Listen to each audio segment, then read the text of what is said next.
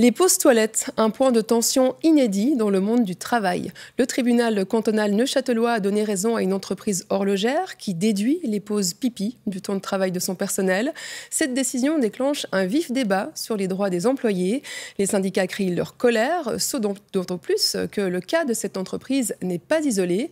Pause pipi complètement timbré. On se pose la question avec Joël Grandjean, rédacteur en chef du journal suisse de l'horlogerie, et Fabiano Citroni, journaliste au pôle enquête de la RTS. Bonjour à vous deux et bienvenue. Bonjour, merci. Bonjour. Alors Fabiano, c'est vous qui avez révélé la pratique de cette entreprise de cadran horloger.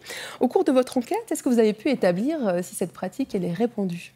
Bon, c'est dur de répondre à cette question parce qu'à Neuchâtel, il y a à peu près 200 entreprises horlogères. Il y en a 700 au niveau suisse, donc je n'ai pas eu le temps de toutes les sonder. Mais ce qui est sûr, c'est qu'en quelques jours, j'en ai trouvé 4, puis une 5e. Donc quand les patrons, quand les employeurs nous disent « Non, mais c'est une pratique isolée, il y a 1 ou 2 entreprises », d'après moi, c'est des sornettes. Il y a beaucoup plus d'entreprises qui font ça que ce qu'on peut penser. Alors vous, Joël, vous connaissez parfaitement bien ce milieu de l'horlogerie. Vous avez été surpris d'apprendre cette pratique-là ? Pas vraiment. Mais en même temps, la plus belle surprise, c'est de voir que dans un téléjournal, on parle d'horlogerie autrement qu'avec la dimension économique, les fusions, la situation, les statistiques, etc.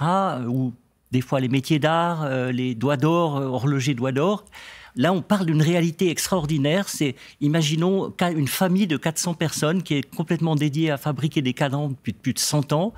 Et puis, grâce à Fabiano, on parle de ça aujourd'hui. Alors, cette affaire, effectivement, moi, elle ne me surprend pas parce que mon premier job avant de faire du journalisme, etc., c'était de travailler dans une manufacture de bracelets. Et là, on n'avait pas de machine à timbrer, mais je vous assure que le sourcil du contremaître dans l'atelier faisait office de... Voilà, on n'avait pas besoin de regarder sa montre. On avait de timbrage. Et puis, en fait, on avait surtout l'émulation des autres. C'est-à-dire qu'autour de nous, si on arrivait en retard un matin, on se sentait super gêné. Soi-même, on n'avait pas besoin même du regard réprobateur du contremaître. Donc ça ne me surprend pas et ce serait plutôt une belle surprise parce que ça permet tout d'un coup de mettre un regard, une fenêtre médiatique absolument fabuleuse sur ce tissu extraordinaire qui est derrière les marques, le prestige. Et là, on est vraiment dans les doigts dans le cambouis et ça me plaît. Alors, cette semaine, le patron de cette entreprise en question a donné une interview à nos confrères du Temps. Il dit « C'est une mesure qui a été prise il y a longtemps, qui fonctionne extrêmement bien et qui est appréciée de l'ensemble du personnel. » Alors, Fabiano, finalement, pourquoi en faire tout un plat ? Bon, je ne sais pas si on en fait tout un plat. Moi, j'ai parlé en cours d'enquête avec pas mal d'employés, de sous-traitants horlogers. Eux, ils décrivent une autre réalité. On me dit que ça peut générer beaucoup de tensions sur le lieu de travail. Je donne un exemple. Les patrons, eux, ils ne vont pas timbrer quand ils vont aux toilettes. Donc, les employés voient les patrons aller 1, 2, 3, 4, 5 fois par jour aux toilettes sans timbrer. Ça crispe, ça énerve. Et puis, ça crée même des tensions, et ça, c'est intéressant, entre hommes et femmes. Les hommes, ils mettent moins de temps quand ils vont faire pipi. Et certains, on me raconte, en profitent pour pas timbrer. Les femmes, c'est plus dur. Et on me raconte que du coup, il y a même de la délation sur le travail avec des employés qui disent au patron, voilà, lui, il va faire pipi sans timbrer. Donc, vous imaginez un peu le climat que ça peut créer dans une entreprise. Ça joue pas. Oui, délation, atmosphère lourde. Les syndicats, eux, ils dénoncent aussi des pratiques encore plus problématiques avec des pauses pipi chronométrées, le fait de devoir produire un certificat médical si on va trop souvent aux toilettes. Le climat, les conditions de travail sont mauvaises dans l'horlogerie, Joël ? Alors, j'ai pas cette impression. Il règne quand même une certaine bienveillance. Maintenant, on est tous inégaux face aux besoins naturels. Et j'avais entendu justement dans les critiques, il y a les positions dogmatiques qui sont inévitables. Et quand on parle de chronométrer les gens qui vont aux toilettes, je veux dire, on ne parle pas des hommes qui ont des problèmes de prostate, on ne parle pas de la constipation. Enfin, je veux dire, un certain moment. Ceci dit, quand vous avez un patron qui vous dit, voilà, les 8 heures que tu vas passer chez moi, tu vas pouvoir t'organiser comme tu veux. Si tu veux démarrer à 6h30, partir à 17h30 et avoir 2 heures de sieste, tu le fais. À ce moment-là, je comprends tout à fait s'il me dit au passage, il faudra que si jamais tu veux passer un peu de temps avec ton téléphone portable, ce qui n'est d'ailleurs pas très conseillé, puisque les téléphones portables, c'est vraiment des mouchards, donc ça vous renseigne là où vous êtes, etc., ça bouffe de l'énergie.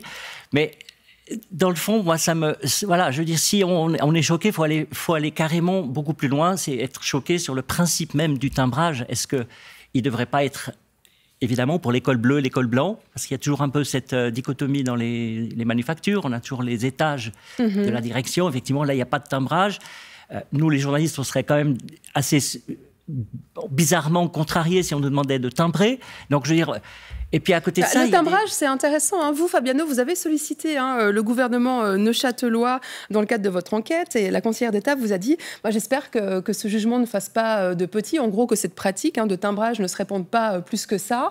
À votre connaissance, est-ce que c'est le cas ? Je pense que sa crainte, elle est justifiée. Il y a un patron d'entreprise à Cernier, dans le Val-de-Rue, qui s'exprimait dans les colonnes d'Arc Info, donc la presse neuchâteloise. Donc il y avait son nom.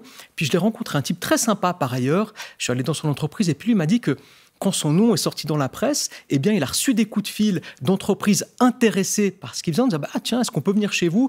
On a envie de voir comment ça marche. Et donc, bon, l'exemple, il est anecdotique, mais il est assez intéressant. Je pense qu'il y a des entreprises maintenant qui disent tiens, c'est légal, on va peut-être faire ça. Donc, ce que dit la conseillère d'État, ça se tient quand même. Ça veut dire qu'il y a des abus et qu'on ne sait pas très bien comment les gérer, en fait. Alors, il y a ça, mais en même temps, je pense que la problématique du timbrage, elle est passagère. Elle est apparue en 1907 avec l'invention de la première machine, c'était une carte imprimée.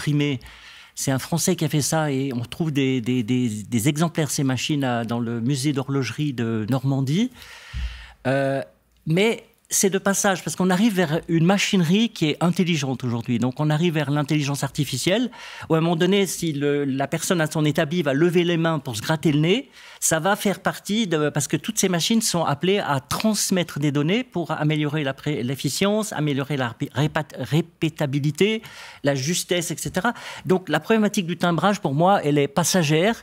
Passagère et peut-être pas s'inquiéter. Il faut plus s'inquiéter, disons, de l'intelligence artificielle et de la manufacture 4.0, où là, ça va pas être du contrôle, parce que le but, c'est de produire avec des moyens, si possible, efficients, qui permettent de pallier à la cherté de la main-d'œuvre par rapport à d'autres territoires comme l'Asie ou comme ça.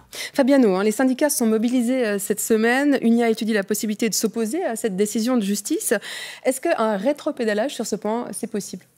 Moi, je pense que c'est possible parce qu'il y a un dégât d'image quand même pour certaines entreprises. J'en ai contacté 2 dans le canton de Neuchâtel qui font ça, donc timbrer les poches toilettes. Elles n'ont pas voulu me répondre. J'ai donc contacté Swatch, à qui elles appartiennent. Puis la Swatch, j'ai envoyé, je crois, un email à 11h du matin. À 3h, Swatch me disait « mais non, ça ne va pas ». Et à 3h30, on m'a raconté les pontes de Swatch étaient dans ces entreprises pour leur dire « vous arrêtez maintenant de faire timbrer ». Donc, il y a le dégât d'image.